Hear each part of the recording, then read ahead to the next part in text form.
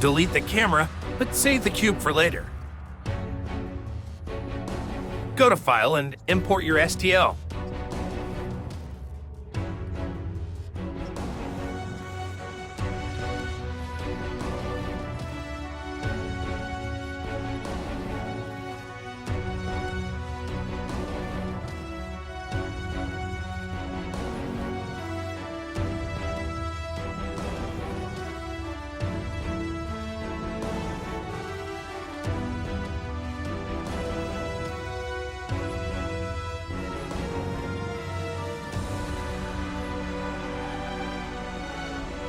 Now, I'm going to add a mesh plane.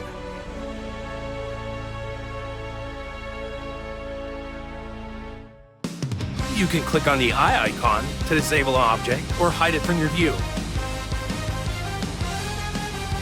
Now I'm going to increase my plane's size.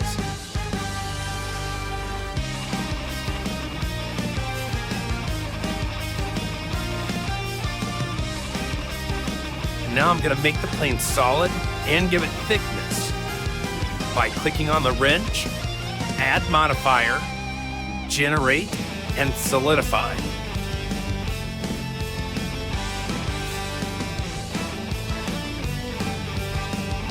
Set the thickness to 0.001.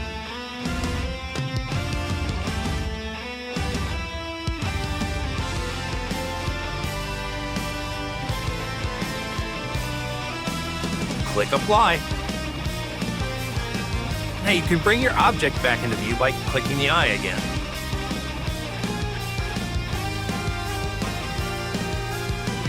Now, just rotate and position your plane to the area you want to cut.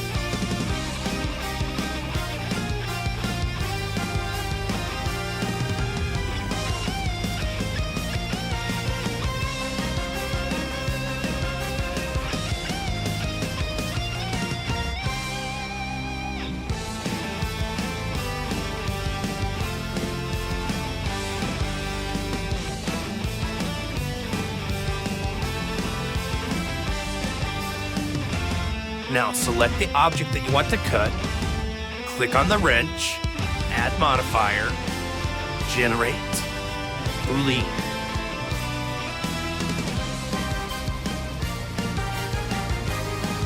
Make sure to go to the solver option at the bottom, choose hole tolerant, and then in the empty box, choose your plane. Click Apply. And just like that, you've cut your object in half. But now we have to separate the two pieces. Go to the top and click on Modeling. Then go into the open area and deselect your object by clicking in the open area. Now that you have no object selected, you're going to select your two primary objects by tapping Control A. Then right-click and choose Separate down at the bottom and by loose parts.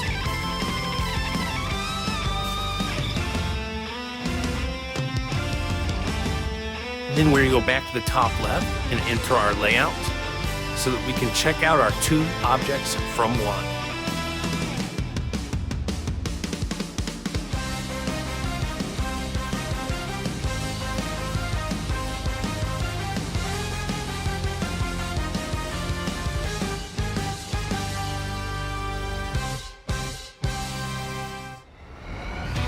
Remember that cube we set aside? Now we're going to take that cube and make it our connector. Over on the left-hand side are the options that are going to allow you to resize and reposition your cube. Just scale it to an appropriate size and drag it into position.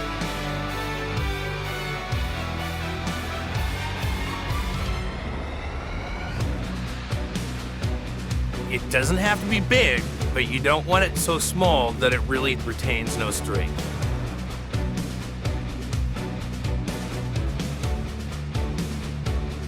The connector itself will ensure that all walls are smoothly lining up.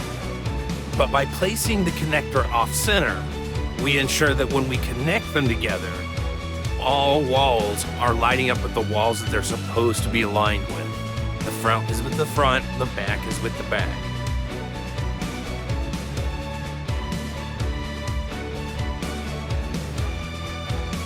line it up to split the difference between the two parts.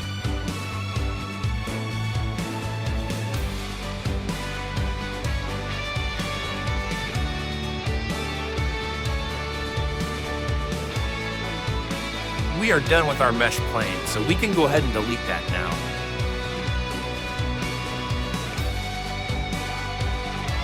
Now we're going to make the hole in the two objects for our connector.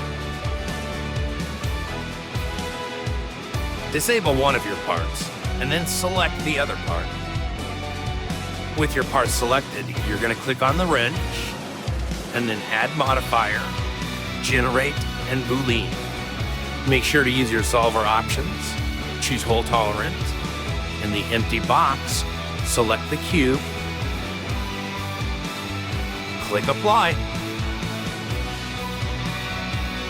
Now I'll disable the cube real quick and show you the hole we made.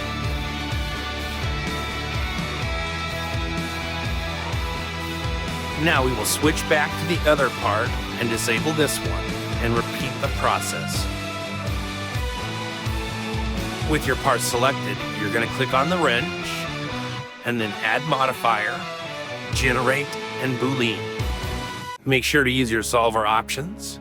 Choose hole tolerant. In the empty box, select the cube, click Apply. Our part is now split into two with slots for a connector. We are ready to export.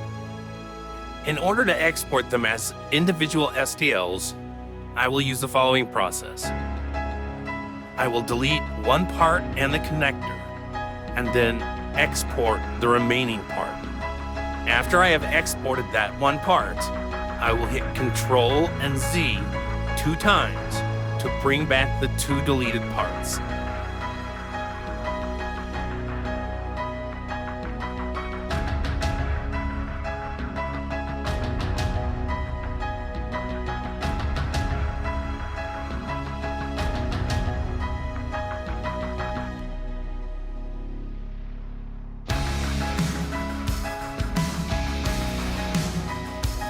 Now, hit Ctrl and Z 2 times to bring back the two deleted parts.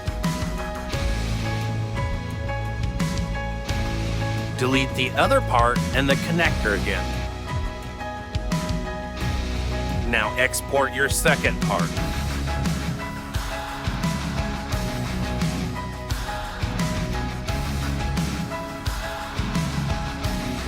Now hit Ctrl Z to bring back the connector.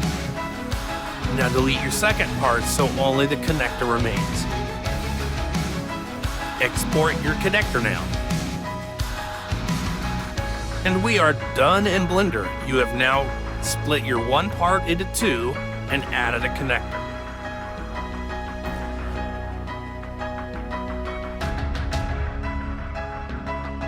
Still have one adjustment to make on the connector. So bring your STLs back into a slicer program like Cura or Bamboo Studio.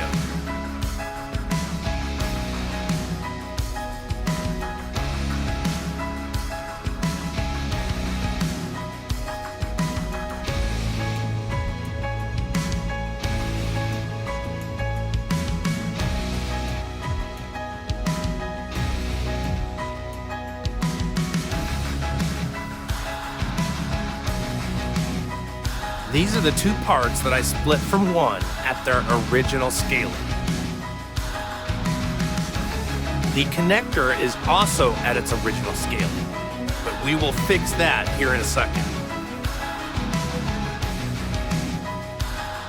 I say we're gonna fix it because currently the connector is a perfect slice out of those two parts, and as such will be too tight to be used as a connector. So we need to just take a fraction off of it so that it slides in smooth, but is secure and strong bond. Here is what the parts will look like, scaled up to 400%.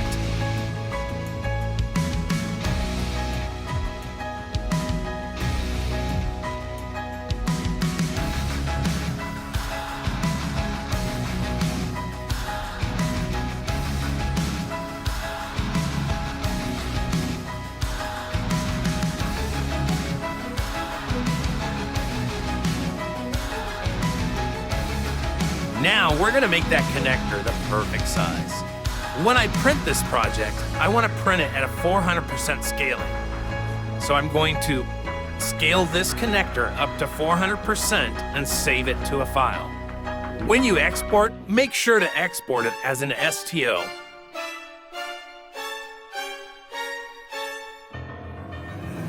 Now, bring the scaled up connector file you just saved back into your slicer. The original connector is still saying that it's scaled to 400% because it is. The new connector that you just brought back in, if you notice, will say that its scaling is 100%. Now, we can take that new connector that is 100% scaling and reduce it to 98 or 98.5, and that will give us that hairline clearance to allow it to slide in smooth, but still be tight and strong. Now I'm gonna bring back in those two parts and I'll scale them up to 400% so that we can see everything finished together.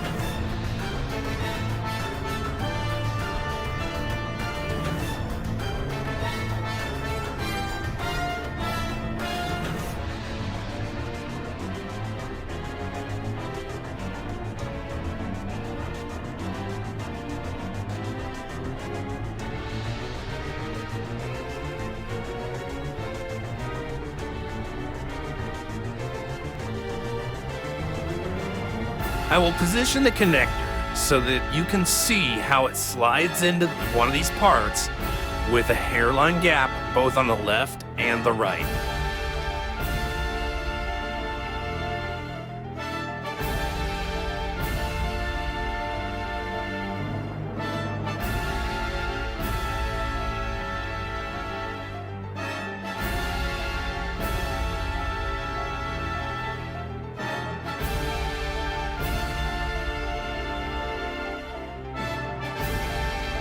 I hope this was easy to follow and that it was helpful in you making larger models.